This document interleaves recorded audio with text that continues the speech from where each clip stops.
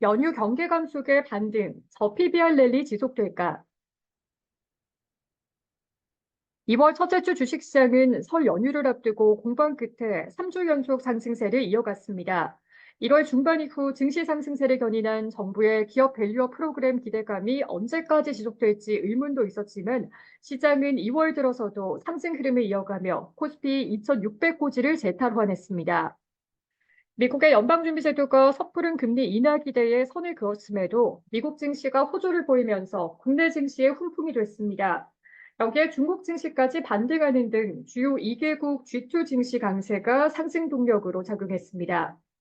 금주는 미국의 1월 소비자 물가지수 CPI 발표 이후 시장의 반응을 지켜볼 필요가 있습니다. 미국의 물가 상승률이 예상대로 낮게 나올 경우 최근 한풀 꺾인 금리 인하 기대가 되살아나는 계기가 될 것이란 전망이 있는가 하면 다른 한편으로는 조기 금리 인하 가능성을 낮춘 연준 정책과의 충돌로 인한 불확실성을 경계해야 한다는 목소리도 나옵니다.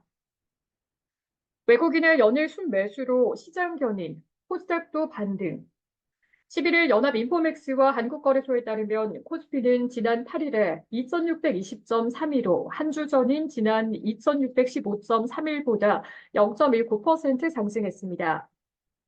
지난 5일에 0.92% 하락하며 2600선이 무너진 코스피는 6일에도 0.58% 하락하며 설 연휴를 앞두고 경제 심리가 높아지면서 조정 국면에 접어드는 분위기였습니다. 그러나 지난 7일에는 1.3%급 반등하며 2,600선을 탈환한 뒤 8일에도 0.41% 오르며 2,620선까지 회복했습니다. 한 주간 업종별로는 최근 기업의 밸류업 프로그램 최대 수혜주로 주목받는 보험이 5.14%를 비롯해 비금속 광물이 4.37%, 의료정밀이 3.87%, 기계가 3.39% 등의 상승률이 두드러진 반면 의약품이 마이너스 2.69%, 운수창고가 마이너스 2.4% 등은 약세를 보였습니다. 이 기간 외국인이 유가증권 시장에서 1조 4,676억 원을 순매수하며 상승세를 이끌었고 개인은 1조 4,673억 원을 순매도했습니다. 기관은 224억 원을 순매도했습니다. 외국인은 정부가 기업 밸류업 프로그램 도입을 예고한 지난달 17일 이후 단 이틀을 제외하고 순매수를 기록했습니다. 코스닥 지수는 826.58으로 일주일 전이었던 814.77보다 1.44% 올라 5주 만에 주간 상승세로 돌아섰습니다.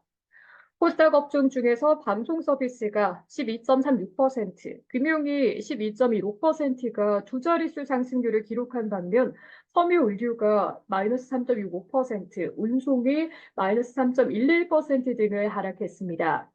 개인과 외국인이 각각 4,964억 원, 493억 원을 순매수했으나 기관은 4,364억 원을 순매도했습니다. 더 PBR주 테마의 G2 증시 강세 겹쳐 투자 심리 개선.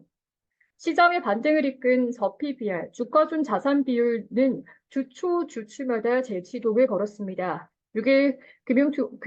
지난 6일 금융위원회는 자본시장 체질 개선을 위한 정책과제 추진 방향을 발표했고, 이튿날에는 최상목 부총리 겸 기획재정부 장관이 일본의 경제 전문가와 간담회에서 자본시장 체질을 근본적으로 개선하겠다며 기업의 밸류업 프로그램 추진 의지를 강조했습니다.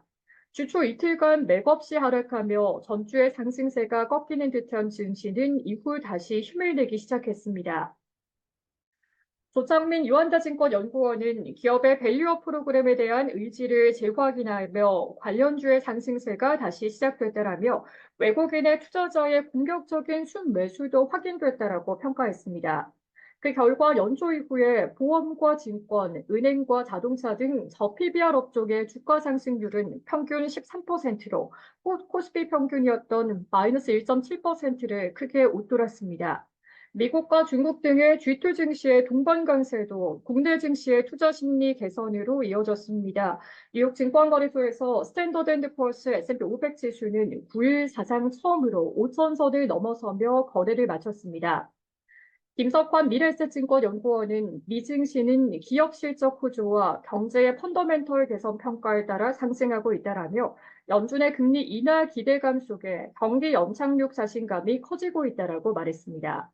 중국에서는 시진핑 국가주석이 나선 증시 부양 의지를 밝힌 뒤 증시가 반등했고, 이는 신흥국 시장에 대한 자금 유입으로 이어졌습니다. 미국의 소비자 물가 하락 예상의 촉각, 저PBR 강세 속의 순환매 전망도.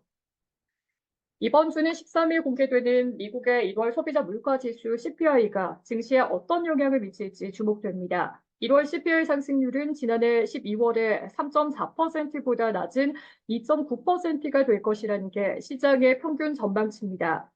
이 경우 최근 낮아졌던 미국의 금리 인하 기대가 되살아날 수도 있고, 이에 따라 채권 금리 및 달러화의 하락 압력이 높아지면서 국내 증시의 상승 요인이 될 수 있습니다.